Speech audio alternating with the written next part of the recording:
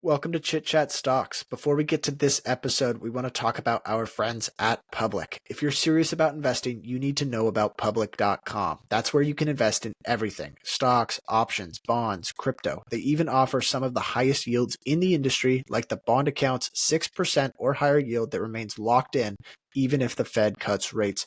What sets Public apart is how they give you the tools you need to make informed investment decisions. Their built-in AI tool called Alpha doesn't just tell you if an asset is moving, it tells you why the asset is moving, so you can actually understand what's driving your portfolio's performance. Public is a FINRA-registered, SIPC-insured, US-based company with a customer support team that actually cares. Bottom line, your investments deserve a platform that takes them as seriously as you do. Fund your account in 5 minutes or less at public.com/chitchatstocks and get up to $10,000 when you transfer your old portfolio. That's public.com/chitchatstocks, paid for by Public Investing. Full disclosures in the podcast description.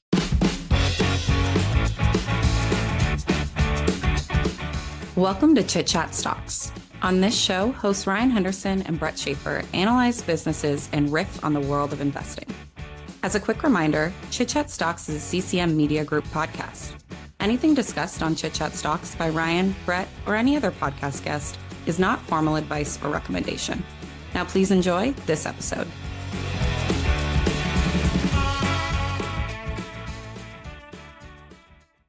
Welcome in. This is another edition of the Chit Chat Stocks podcast. My name is Brett Schaefer, joined as always by Ryan Henderson. But today we have a fantastic first-time guest, friend of a recurring guest, John Rotonti. We appreciate him connecting us today. It is Whit Huguley of River Oaks Capital, the founder of River Oaks Capital, a investment fund that focuses on small and microcap investing. We're going to get into, as you can kind of tell with the title of this episode, how to invest in microcaps, how to do it successfully, and the ways that River Oaks goes about it. So Whit, welcome to the show. As we get into things, why don't you just take us through your personal history a bit and how you got started with River Oaks Capital? Yeah, sure. Thanks so much. And thanks for having me on. I appreciate John introducing us. John and I have become good friends. We're both from New Orleans, and I watched y'all's most recent episode. I thought it was great. And I know he's been on multiple times, but super excited for John to have connected us. I think probably the easiest way to tell how I got to where I am today of running River Oaks Capital is just to start all the way back from, after I graduated college. I worked for a startup company here in New Orleans, and I worked there for about 4 or 5 years. Became really fascinated in what it took to grow businesses, what it took to go from 1 employee to 20 employees, 20 employees to 50 employees.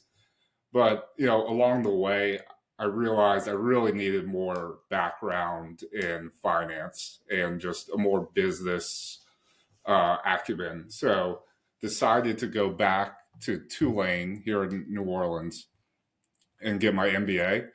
And, I went back with the goal of starting my own company once I graduated, like a venture-backed type company.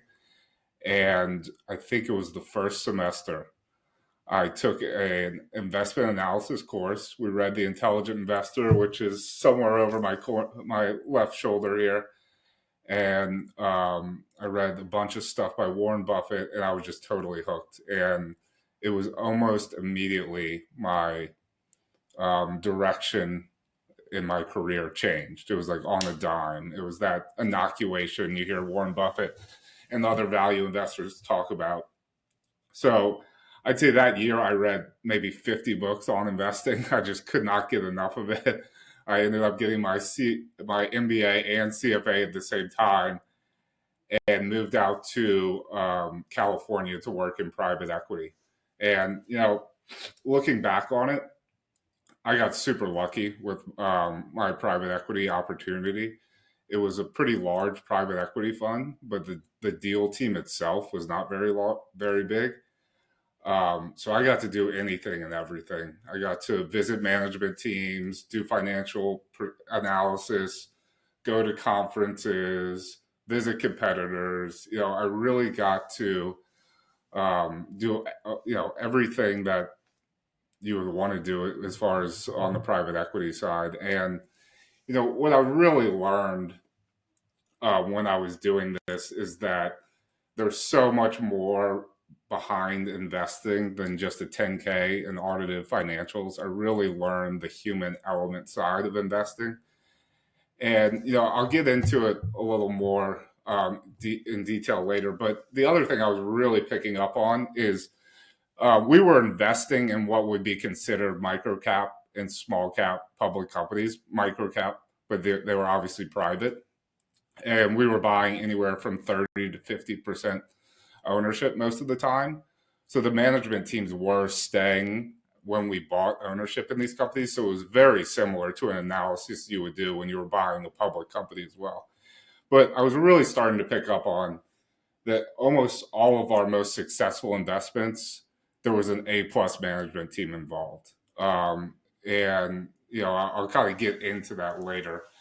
But, we would just, obviously, if you're going to buy a company for 5, 10, 15 years, you do extreme due diligence before you buy this company. We would meet with management team multiple times. We'd go into every conference that involved that sector, talking to every competitor, talking to any industry expert. And I think what was really drilled into me by working in private equity, and I think I've put this quote in a ton of my letters and said it many different times, but the Warren Buffett quote that shares are not mere pieces of paper. They represent part ownership of a business. So when contemplating an investment, think like a prospective owner. And that was really drilled in my head, that you're not buying a ticker symbol on the public side. You're buying part ownership in a business, even if it is 1% of a company or less often. But so on the weekends when I was working in private equity, I was investing family and friends' money in the public markets. And, naturally, I was investing in microcap and like the smaller end of small cap companies, like anything under $1 billion of market cap, because that was the size of the companies we were investing in on the private side. And I just noticed how inefficient those smaller companies were on the private side. And I was shocked to discover that, in my opinion, they were even more inefficient on the public side. And obviously, I didn't have the bandwidth at the time to do the extreme due diligence because I had a full-time private equity job. But, so this would have been, starting about a decade ago, I started in private equity. Eventually in 2019, I moved home here to New Orleans. And I moved back home to New Orleans and launched the fund in 2020. And, what I was really surprised about is right when I launched the fund, it was just already in my DNA to do the extreme due diligence that we were doing on the private equity side.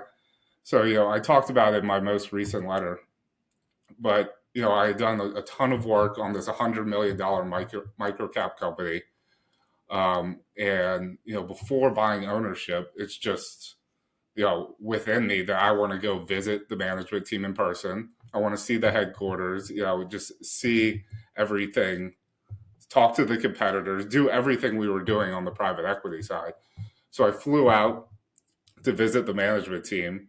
I'm all nicely dressed, super excited, and, a little nervous, have all my questions written down. And I walk in and you could just tell they're staring at me like, what are you doing here? You're the first person to visit this company in 5 to 10 years. So I had a pretty quick aha moment that this is how I could provide value to my investors. And, I'm an investor in River Oaks Capital as well, so to myself as well. And was just by doing the rigorous due diligence in microcap public companies, just because, I slowly found out that very, very few people were doing this.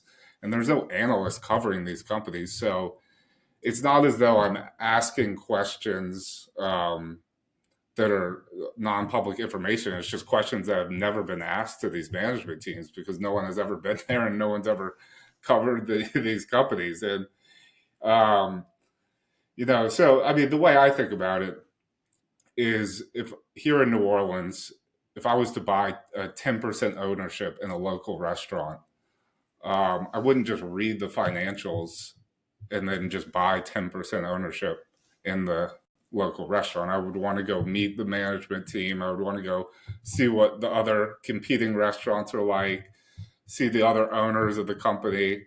I would do a much more rigorous due diligence than a lot of people do before they just buy stocks. So, I mean, that's really the core of, the first aha moment I had. Is that we are buying ownership in the company, even though in private equity it might have been 30 to 50%, and at River Oaks it might be 1% of a company. Still treat it as if we're buying the entire company and doing that due diligence. So hopefully that at least gets you up to speed of how I started the fund. Yeah, it's very helpful. And we hear investors all the time say, "Oh, we take a private equity approach to public markets." But with small cap investing, it really is even that much more amplified, where it's that much more important to know management and to really treat it like ownership. Whereas you can maybe get away with it in some of the larger companies, and it's probably harder to access management for most people as well. Let's dig in a little more to your sort of due diligence process. Once you've actually, I kind of want to start with your idea generation before we even get into the research process. Where are there any common places that you are generating new ideas?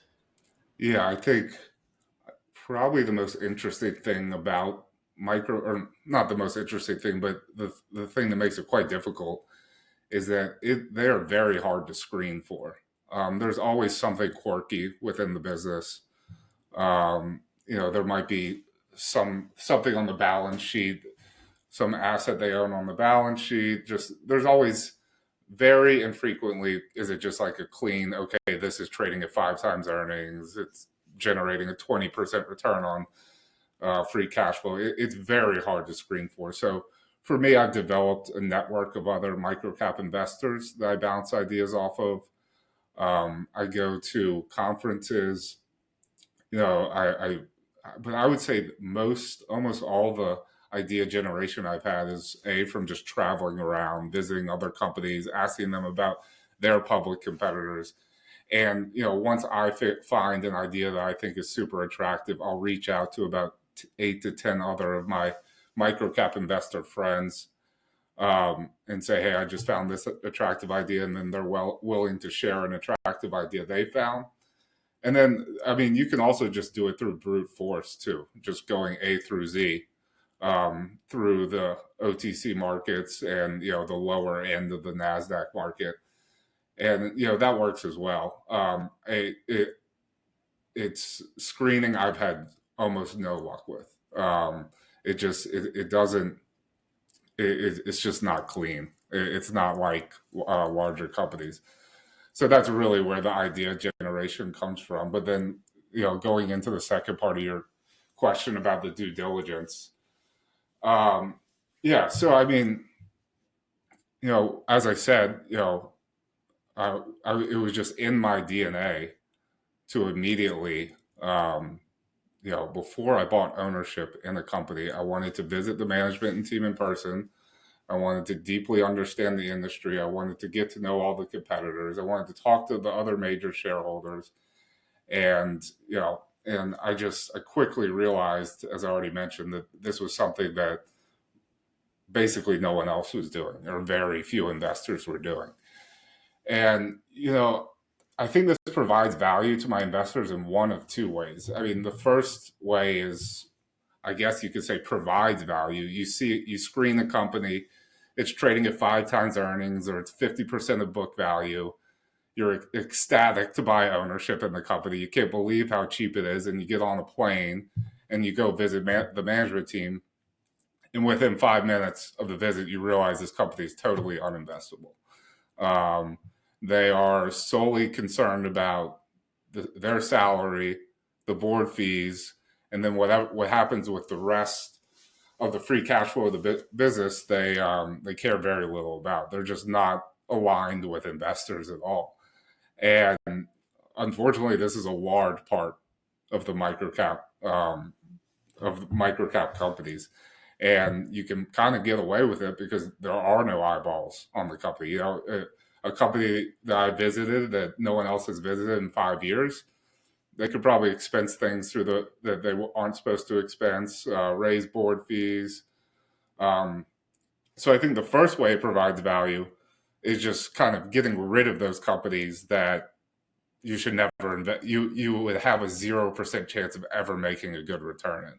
And for me personally, the only way I can diagnose that is by meeting these companies in person. Even a phone call, I have trouble diagnosing it, and I think maybe some people can. I certainly can't diagnose it by reading the financials or even the proxy statements. So I think that's the first way that it provides value to my investors. The second way is the example I often use. I think it was about 4 years ago. I got on a plane and flew to Fort Worth to have barbecue with Dayton Judd, the CEO of FitLife. And within 5 minutes, I realized this guy could run a Fortune 500 company. He was just head and shoulders above almost every management team I had ever talked to. And, also included, he owned 50% of the company. But,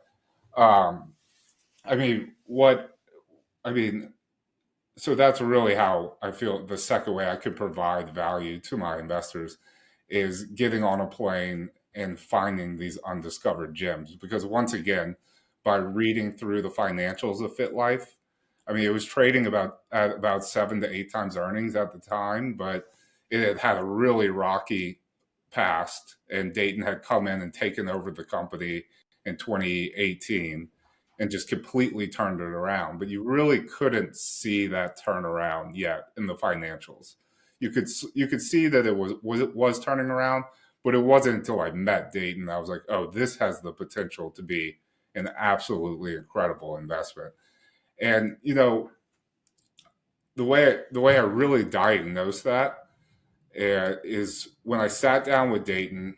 He knew the business like the back of his hand. He had the most control over the business I had ever seen, numbers wise. He had a long-term plan in place. But B, he was just talking to me owner to owner, business owner to business owner. He was saying, here's what we do good. We're great at cutting costs. We're great at acquiring competitors that have too much debt or bloated costs. And then he was like, but we need work on our ERP system. We need work on the CFO side. He was just saying the pros and cons of investing in the business in FitLife. And most of the time when I had visited with other microcap management teams, they're just giving a sales pitch to me. Oh, we're going to be the next Tesla. We're going to 100x from here. And, when I sat down with Dayton 4 years ago, it was the exact opposite. He was speaking to me as if, I was a business owner, which I was, and he was a business owner. We were just speaking the pros and cons of the business. And, I probably only come across a Dayton type CEO 1 to 3 times a year, if that. But it really makes all those flights worth it when you can discover just an uncovered gem like FitLife, which has had an incredible return since we bought ownership in the company. And, I think Dayton is one of the best capital allocators I've ever come across. And, he was just kind of hidden in this small company. And it really made all that traveling I do and all the hard due diligence worth it when you find a company like FitLife. At what point do you decide, all right, I want to go meet with management? I think a lot of people are, I read your letters and I think, because just generally speaking, hard work is kind of something that's like hard to quantify, I guess, in investing. Like, what does hard work look like? I'd say buying plane tickets and getting out there and trying to meet these management teams is a lot of what hard work is. And it seems like you really exemplify that in your letters. But if I were an individual investor, I might think, well, I'm a little worried this might not be worth the plane ticket. So at what point do you decide it's time for me to get on a plane and go try to meet management? Yeah, that's a great question because it's definitely been a learning process. At first, I was getting on planes probably way too quick, just wanting to visit any and every company that I thought was underpriced. Now what I do is once I've read through the financials, gotten to deeply understand the business, talk to other investors who might already be in the company that I know. Um, I've developed a nice network of really knowledgeable investors at this point. I have a Zoom call with the management team, and it's pretty quick. I mean, I maybe part of this is experience, or maybe part of this is just the fact that there's very few A plus capital allocators in microcap public companies, but it's pretty quick during the Zoom call that okay, this is worth hopping on the plane for. Um, and that's certainly come with experience of doing this for, I guess, if you include the private side as well, doing this for over a decade now. Um, but at first I definitely jumped on a plane too quickly. Now I'd say most of the time when I'm going to visit a management team, I'm already 75% of the way there that I think they're going to check that A plus capital allocator box. And then I'm more going to just ask questions and more deeply understand the business. The diagnosis, especially of a management team that you don't want to invest in, is not very hard in microcaps, if I'm being honest. And the diagnosis of an A plus capital allocator is a little harder, but I've gotten a lot better at knowing, okay, this is time to now jump on a plane and go meet these people in person. One of your other topics, or one of the other things you look for, or part of your strategy is, and I think this name's good, you call it suggestive investing. What is that, and how can it help your investors and the management teams? Yeah, so I mean, going back to an A plus capital allocator, I think that's like important to kind of step back and talk about what that is. And I think, as I said, there are few and far between in microcap, the smaller and the small cap public companies. I'd say there's maybe 30 to 50 in the entire universe. And I think, Jim Collins, I'm not sure if you've read the book Good to Great, but he qualifies leaders of businesses as 1 through 5, 5 being the highest. So a level 5 leader, which I would call an A plus capital allocator, he says, has the leadership style that is characterized by a powerful combination of personal humility and professional will, meaning they're highly ambitious for the organization's success, but with a modest, self-effacing attitude, prioritizing the needs of the company over their own personal gain. So, I mean, first and foremost,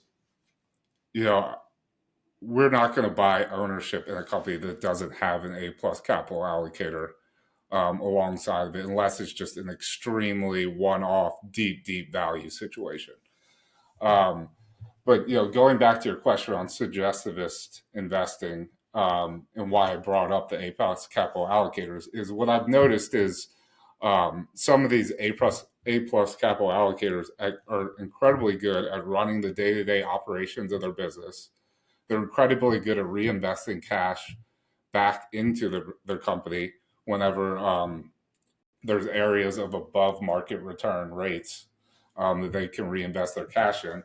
But some of the companies we own, I would say only a handful of them. Some of them are perfectly allocating capital back to us shareholders, but some of them will build up cash on the balance sheet that's unnecessary, have non-core assets on the balance sheet that are unnecessary.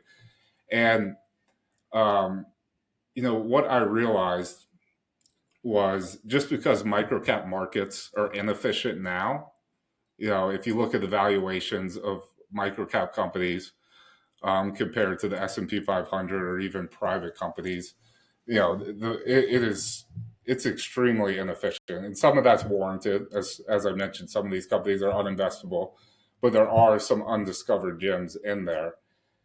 And so what I realized is just because the companies, the wonderful companies we discovered, are inefficiently priced now, doesn't mean that they can't remain inefficiently priced for 5 to 10 years, or in fact, they could get even more inefficiently priced. So that took a lot of learning the hard way for the first 3 years of the fund, especially. I started to learn. I really started to learn that. Just because a company is undervalued doesn't mean someone is going to come find it and bid up the share price. So the suggestivist investing I do is really all geared around towards making sure that my investors can generate a 10 to 15% return per year, for kind of, to just throw a ballpark number out there, if the share price doesn't ever move. And, the way they can do that is by buying back shares. That's the preferred method, increasing dividends. And then there's obviously one-off situations where it will be a growing company where it makes way more sense to reinvest all the capital now back into the company, so that once they reach a mature stage, they can pay a larger dividend or buy back more shares.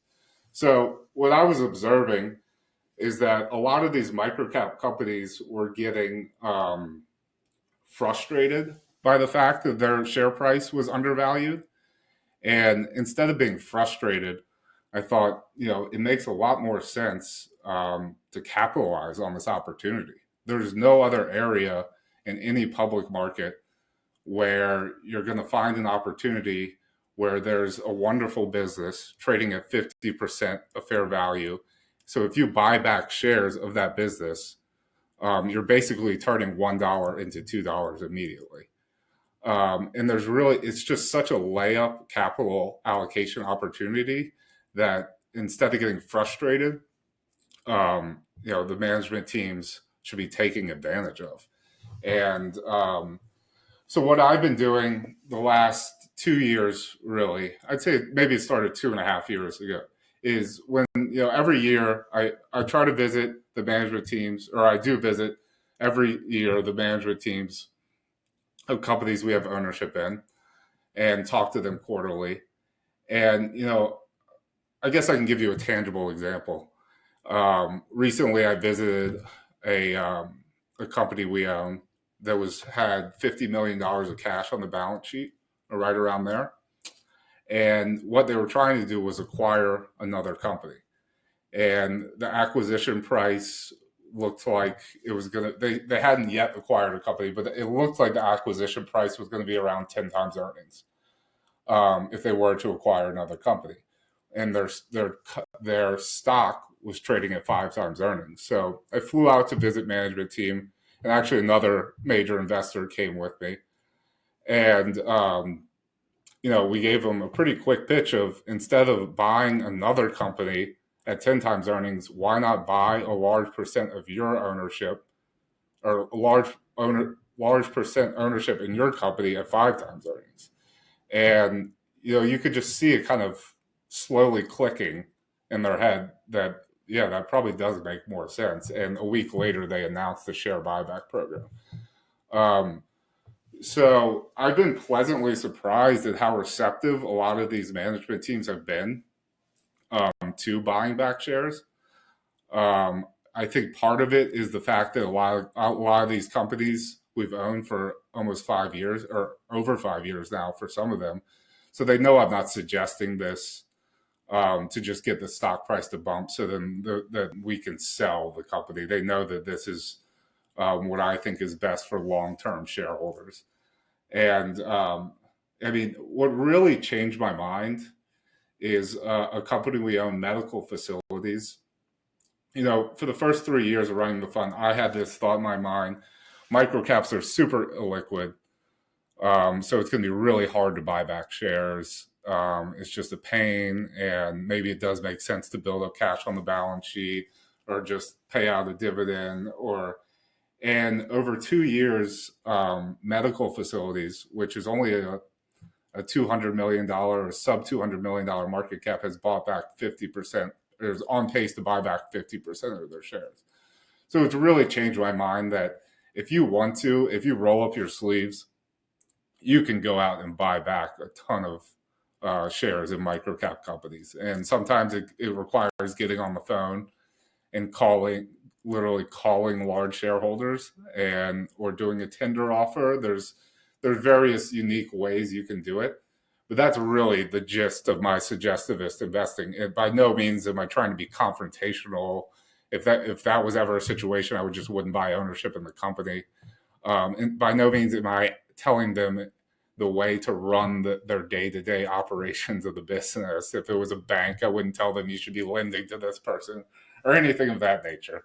What I've noticed is that, as I mentioned, some of these microcap teams are great at running the day-to-day business. They're great at reinvesting capital into the company, but could use suggestions of what to do with the excess cash that's being generated by the company.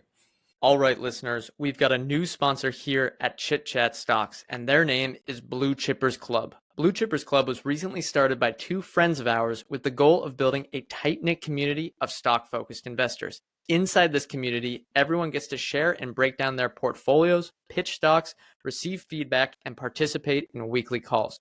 We truly love this idea, and it's why we're promoting it here on the show. In fact, we are in this community ourselves and enjoy just how much value we get by collaborating with other investors. If you're interested in joining, head on over to bluechippersclub.com and hit apply. Right now, it is completely free to join. The link is in the description.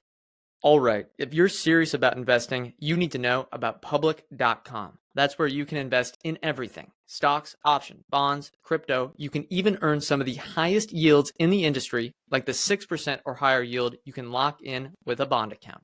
Public is a FINRA-registered, SIPC-insured platform that takes your investments as seriously as you do.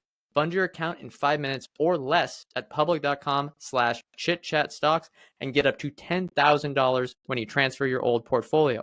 That's public.com/chitchatstocks, paid for by Public Investing. Full disclosures in the podcast description. Yeah, that is a difficult one where I think you find it in large caps, mega caps. You find it all over the world. Basically, any type of stocks. The capital returns, while seemingly simple to us, I guess that's kind of what we're looking at all the time, is maybe something that gets overlooked quite a bit and is a simple thing that you can go after. Now, the fourth topic that you looked at, the one that you kind of sent over, is about your philosophy, is margin of safety. I think listeners are going to be extremely worried about margin of safety in microcaps. Stuff can go to zero.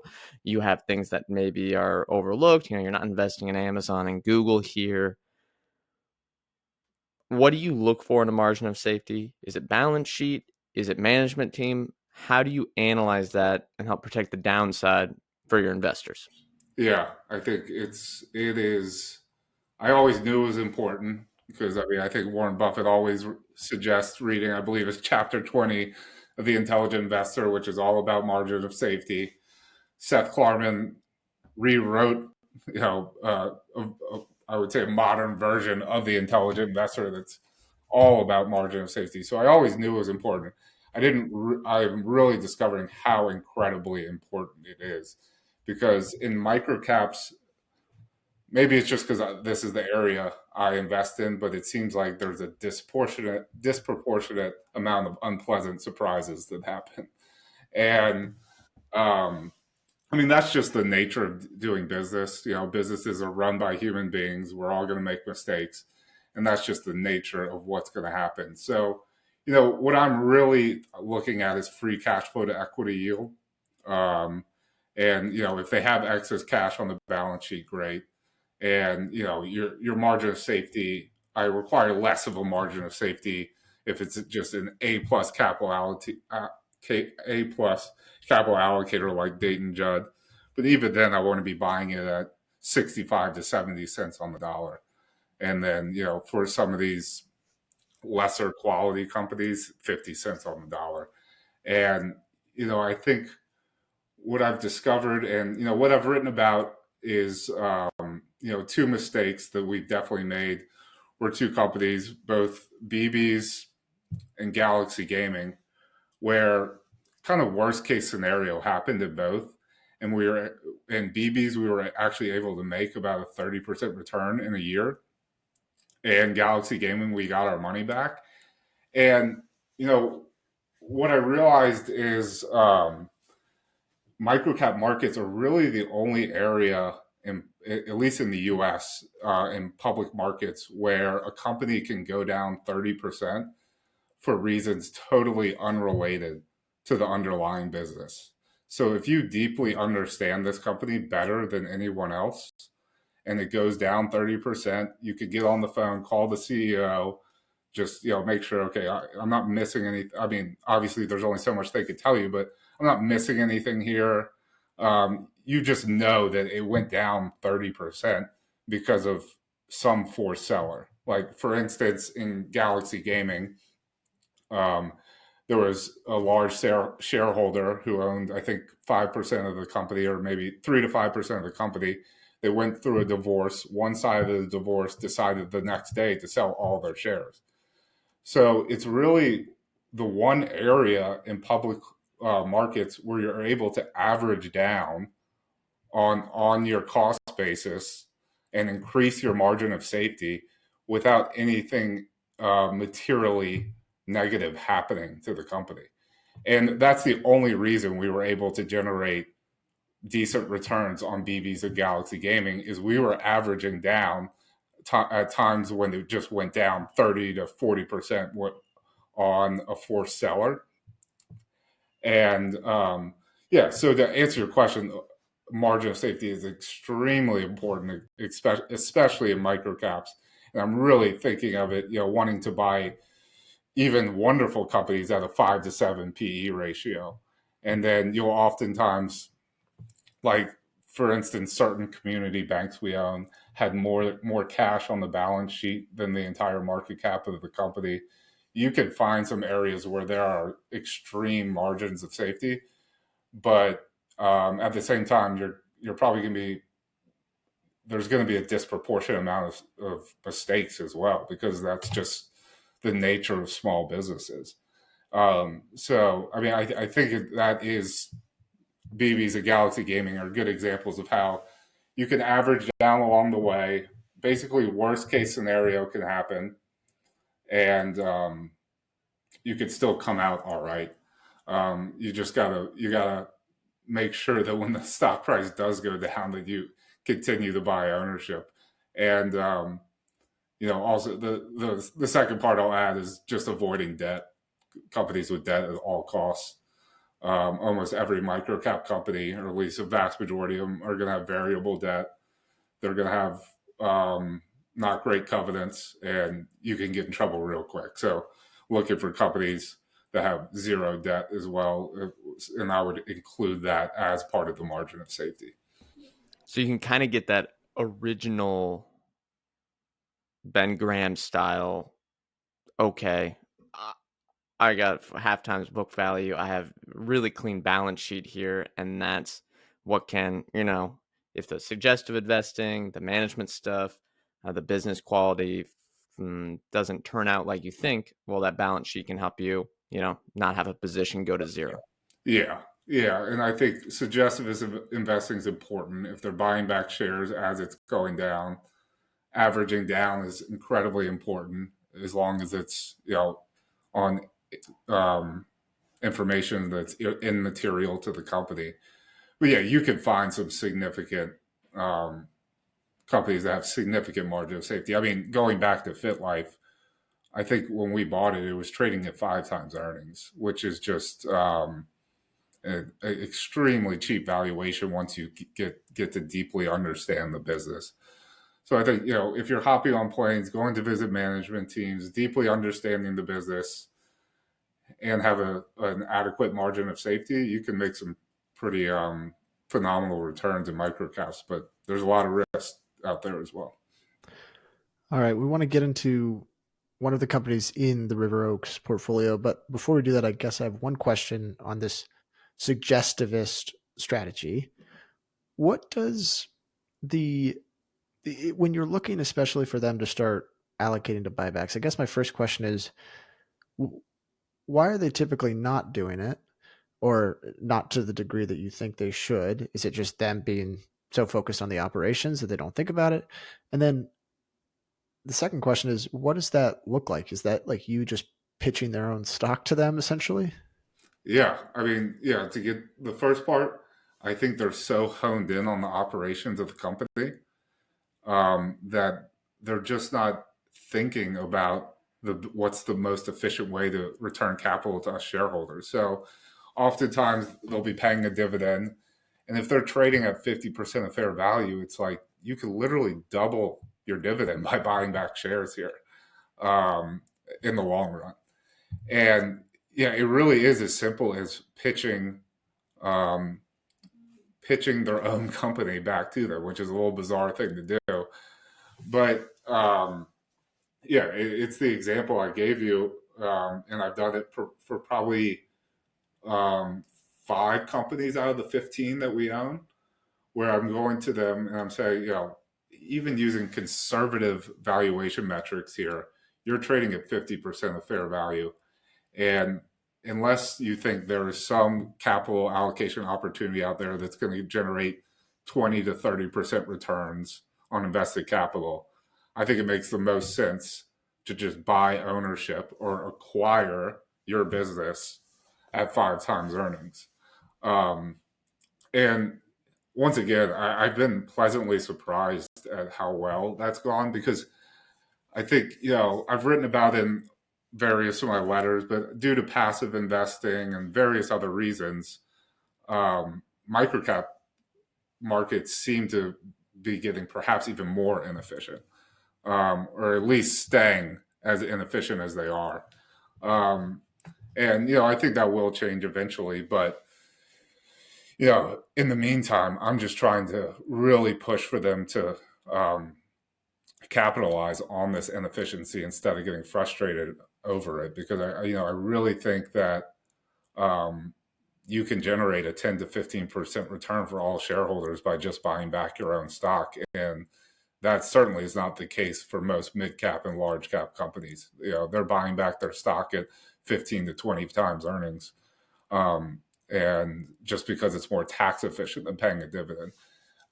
Here, you're buying back stock because it is the best capital allocation decision you could make, and that's really the pitch I've given. I think it's helped a lot that, as I said, I talk to each management team that we have ownership in once a year, or visit them in person once a year, talk to them once a quarter.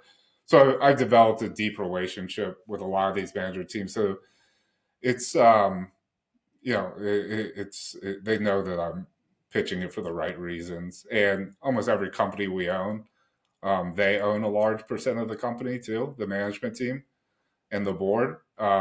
So it's a win-win situation for everyone. I hope that answers your question. No, yeah, that's helpful. I do want to move to one of the companies in your portfolio. It's called Innovative Food Holdings.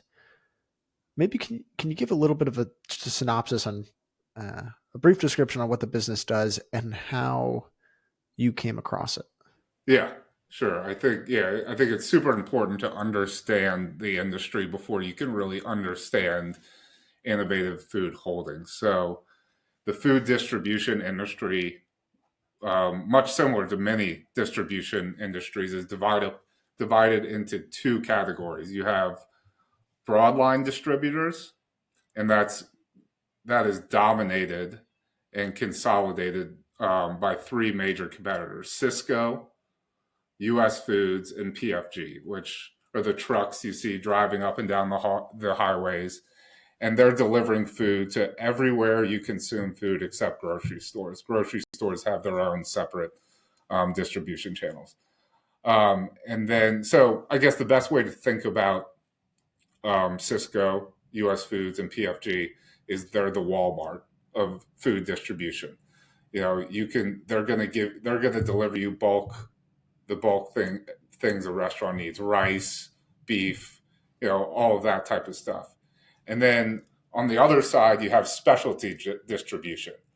So the example I use is there's a farm in Michigan called Ham Sweet Farm, and they sell grass-fed lamb.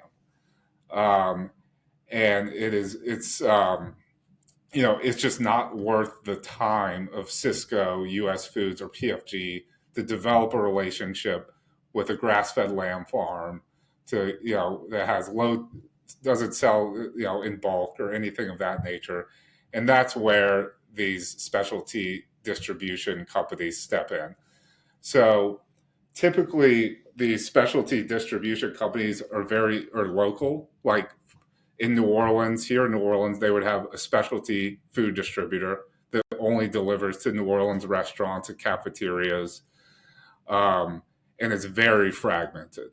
It's almost the exact opposite of the broadline distributors. There's one per city.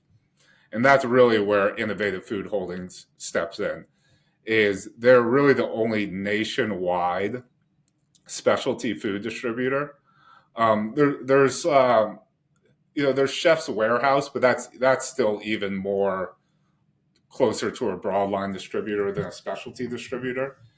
So what Innovative Food Holdings will do is they'll go to a customer like Ham Sweet Farms, and they'll say, instead of selling your grass-fed lamb just to Detroit restaurants, we can plug you into a nationwide sales distribution channel where you can sell your grass-fed lamb to every restaurant throughout the U.S. by FedExing it overnight.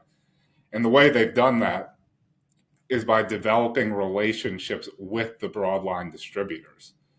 So if a restaurant orders grass-fed lamb from US Foods, let's say, that gets fulfilled. The order gets sent to Ham Sweet Farms, and the lamb gets sent to that restaurant. And that restaurant thinks that it has ordered that food from US Foods, but it's actually been fulfilled by Innovative Food Holdings. So they have a really win-win situation pitch that they can give, where they're going to the local mom and pop organic lamb farm and saying, instead of selling locally, we can sell your product nationwide. And then they're going to the broadline distributor and saying, instead of being the Walmart, we can give some depth to your food catalog to every restaurant, so that the restaurants can order not only the bulk rice and the beef and whatnot, they can also order specialty items through you as well. So that's really how they've created a win-win situation and have really started to dominate this fragmented market.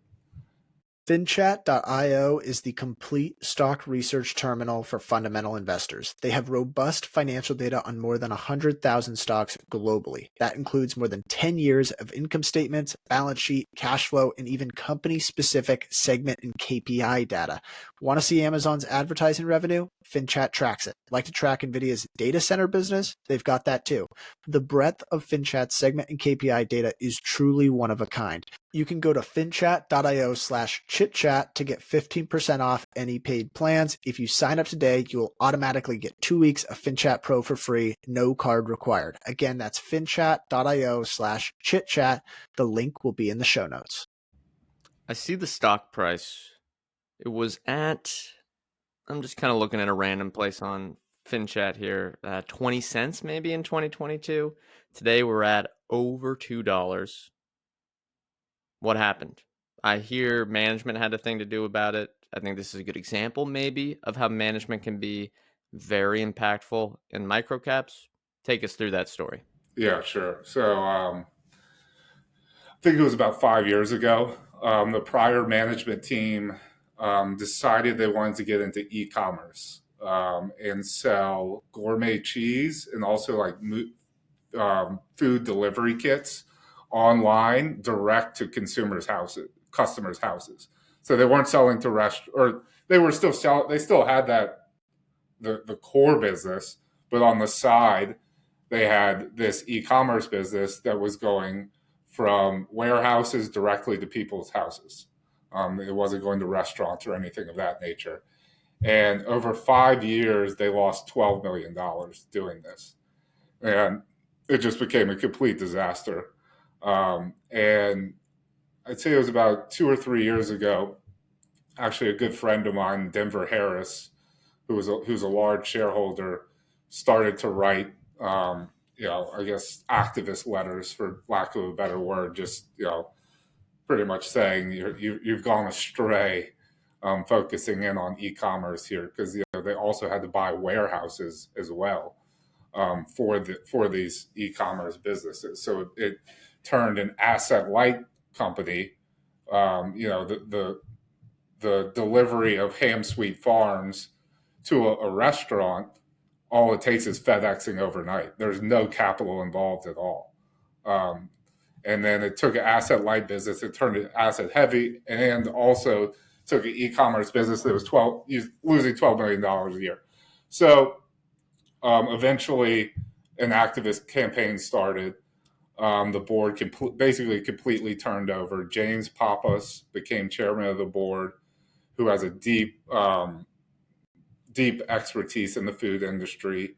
Jeff Graham came on the board, who is well known for shareholder activism, for lack of a better word, and Denver Smith, and then there's a few other board members as well.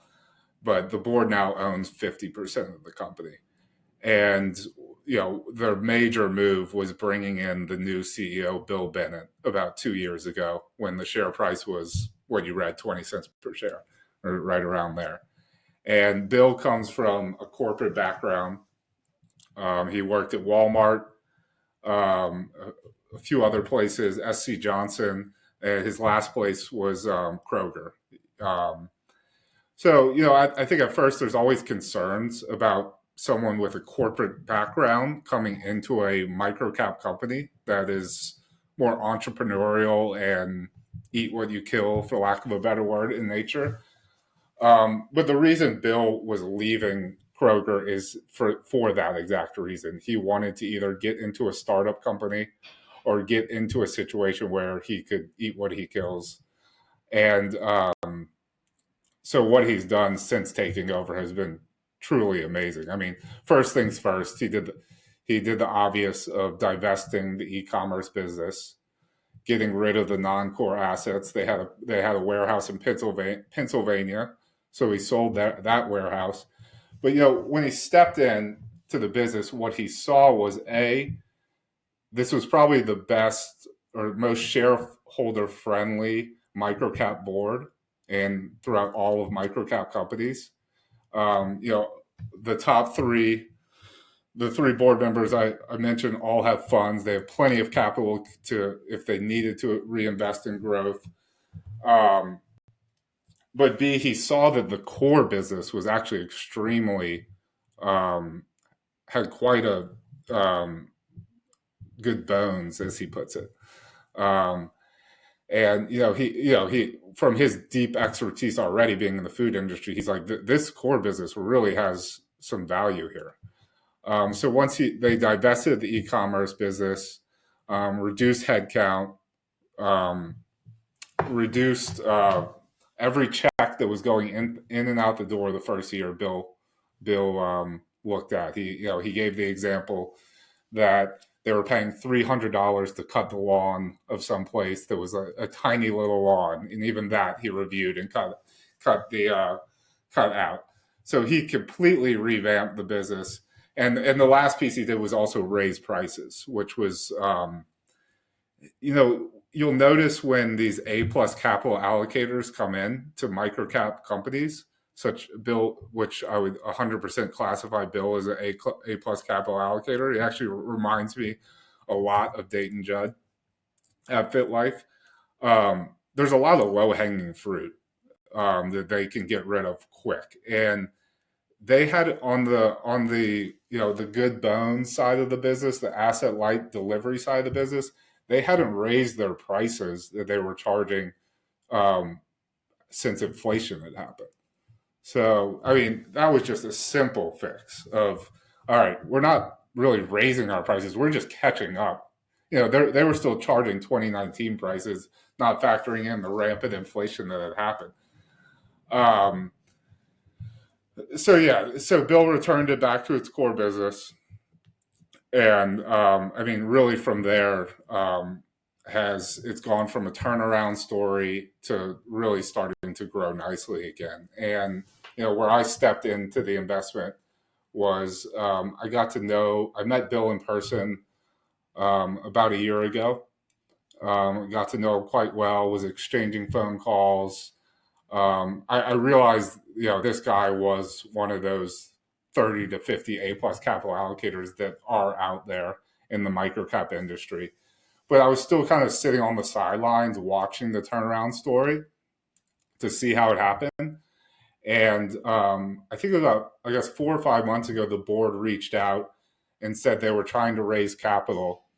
And they were interested if I was interested in participating. And that's how I was introduced, I guess, although I already deeply understood the business, that's how I was introduced to investing in the business. And the reason they were raising capital is that that iGourmet business that I talked about, where they were delivering specialty cheese directly to people's houses, they shut that down, but they had this large Pennsylvania warehouse that was unused. And Bill was able to go out and sign an enormous contract with a top 5 retailer in the U.S. to be the sole specialty cheese distributor for that retailer. So what he did was he turned a mistake that the prior management team had made into an incredible opportunity that's going to generate tens of millions of dollars just this year. So what they needed to do is they had to raise capital to get the equipment to cut this cheese. And so I think the last part worth mentioning is, as Bill was just assessing the business, he noticed prior management team had done one acquisition that was quite interesting. It was called Artisan Foods, which is a local specialty distributor. The ones I've talked about that are all throughout the U.S. that just distribute to certain areas of the market. And it was a local specialty distributor in Chicago. And they had acquired that business about 10 years ago. And what happened was when they acquired that business, they were able to step in and immediately or almost immediately double the sales of the specialty distributor, because they could take the 1,000 items the distributor was selling throughout Chicago and plug it into the nationwide sales channel that they had through US Foods, Cisco, and PFG. So that's really where you're going to see the next stage of growth, and it's already happening as Bill and the Innovative Food Holdings team has acquired a specialty distributor, well, actually 2 specialty distributors in Colorado, Golden Organics and Loco Foods. They're both for very reasonable prices, about 3 to 5 times earnings. But I think they're both making around $6 million in revenue. But once they plug that into their national sales catalog or their national sales distribution, they should be able to double the revenue, because both Loco Foods and Golden Organics were only selling to the Denver area. And now they're able to take those products and sell them throughout the entire U.S. And so the short-term goal Bill had when he took over 2 years ago was to get to $100 million in revenue and $10 million in EBITDA. When we invested, the market cap was about $75 million. The share price has obviously gone up quite a bit since then. We invested at $1.60 a share. And it looks like by the end of the year, Bill will hit that $100 million in revenue through the acquisitions, through growing the business through broadline distributors, and also through the specialty cheese gourmet relationship with the top 5 retailer. So, I mean, what he's done is he is completely, in 6 months from now, or at least by the end of the year, this business is going to be unrecognizable from when he stepped in 2 years ago. It's going to have over 100 million of revenue. They're going to uplist onto the NASDAQ next quarter. They're going to be debt free because they're going to sell. They only use a fourth of their Pennsylvania facility. So they're going to do a sale leaseback there, use those proceeds to pay off debt. They'll have 5 to 6 million of cash on the balance sheet to then go acquire other specialty distributors similar to the one that they did in Colorado recently. And I think what's super exciting here is that they've just returned to the asset light nature of the business. So, I mean, to give you an example of how quickly this company could grow, they recently signed on a new broadline distributor, and they only had to hire 1 employee. So there is virtually zero CapEx that's required to grow the delivery side of this business. So I think that's really what the margin of safety here is that, earnings could significantly grow. I think by the end of this year, they'll have 6 to 7 million of free cash flow. And I think, that could easily double without any reinvested capital into the company, or very little reinvested capital. On top of that, you have the most shareholder friendly board that I've come across since I started the fund 5 years ago, and that owns 50% of the company.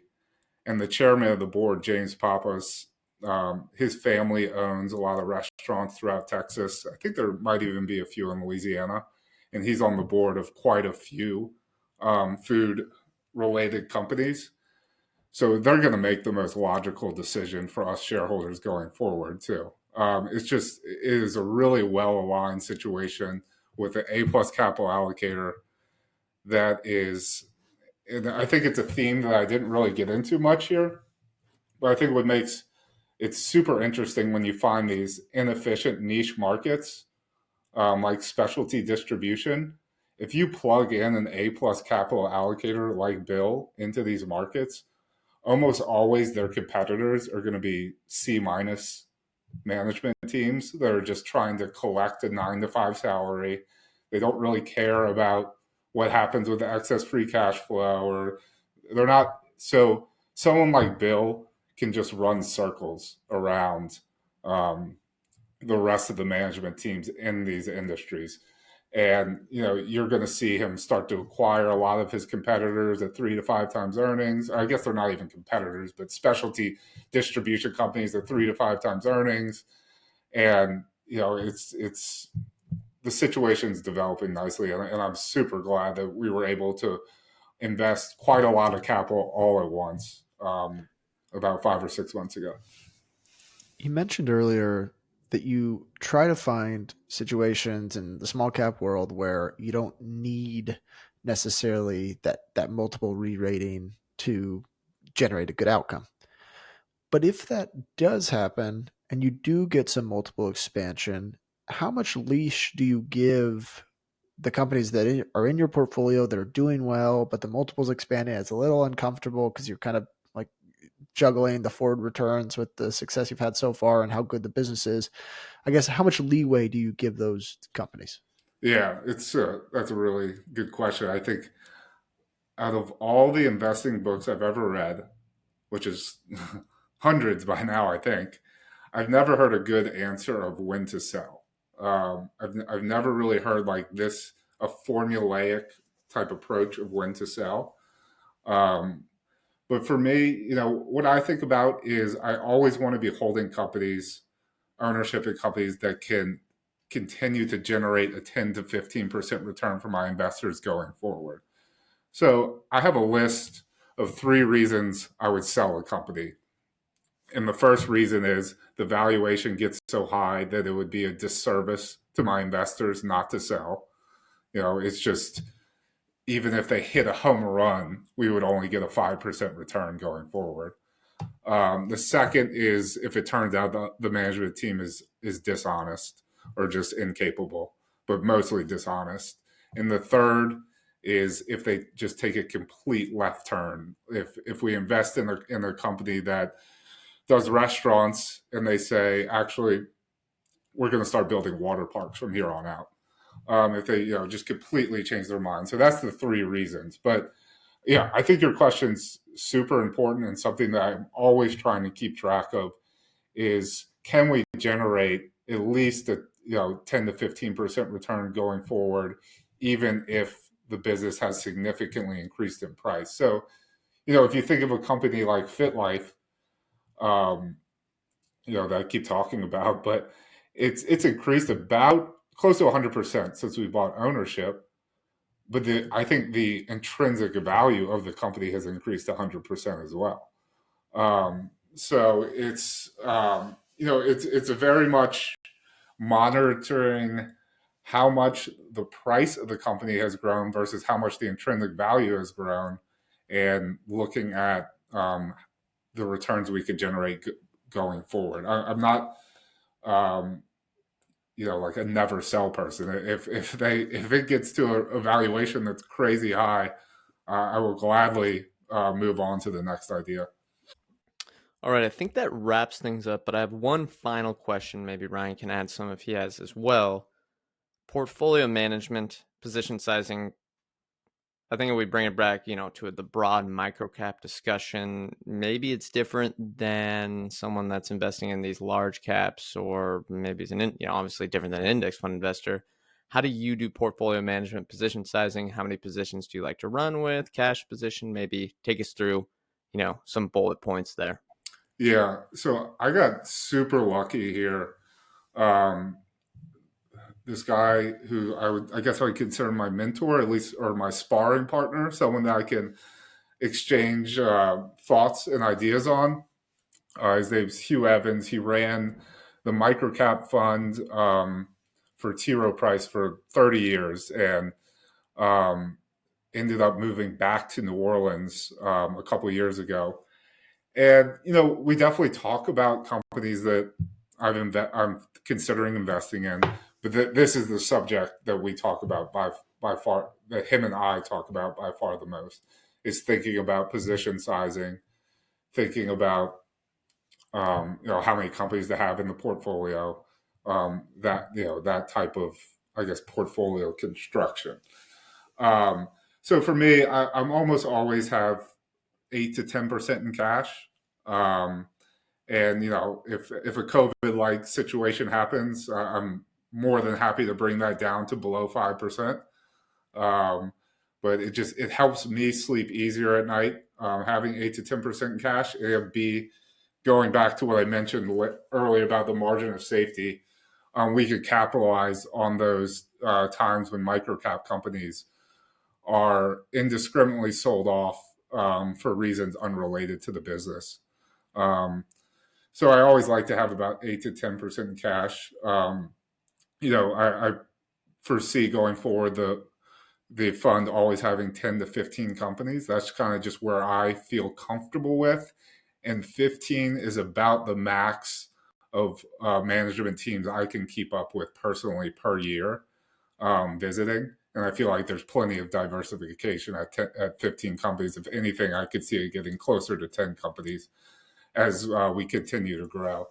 And as far as position sizing goes, I think, there's obviously certain situations, like we bought ownership in Citizens Bank 3 years ago, I think. It's a community bank where it had more cash on the balance sheet, way more cash on the balance sheet than the market cap of the company. So it was literally every branch of the bank could have closed down and we would have still made an incredible return. So something like that, I'm pretty comfortable at going up to 15% rather quick in the fund. And 15% is more or less where I cut it off. But, the way I think about it is my most heavily something that's 15% is something that has extreme downside protection.